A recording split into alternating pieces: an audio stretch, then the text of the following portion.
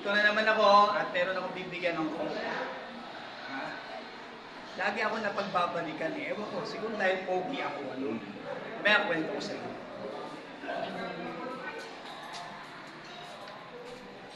Sino nakapulot itong isang dang kanina? Sino? May reward ako sa'yo. Bibigyan kita ng quote. Pero nakita mo, isang daan yung kinuha, binalik ko sa SSMG Advisor. Lagi ako na pagkakatiwalaan. Every year yan, sa akin binabalik. Siguro pinili nila mayaman ako yung, sa akin yung pera. Pero hindi sa akin. Yan ang reward na para encourage natin lang yung mga ganyan. Wala ko kayo naman dyan! Congrats ha! Tignan mo na. Kailan mo napulot yun? Kahapon? Hindi ko alam kung nabalik na ng Sir Ray, pero bahala na si Sir Ray kasi sa SSLG. Pag may napulot kayo ha, next time, sa SSLG Advisor kay Sir Ray.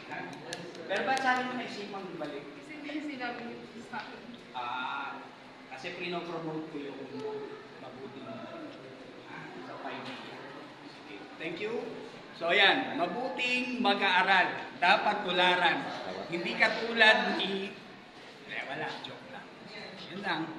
Thank you.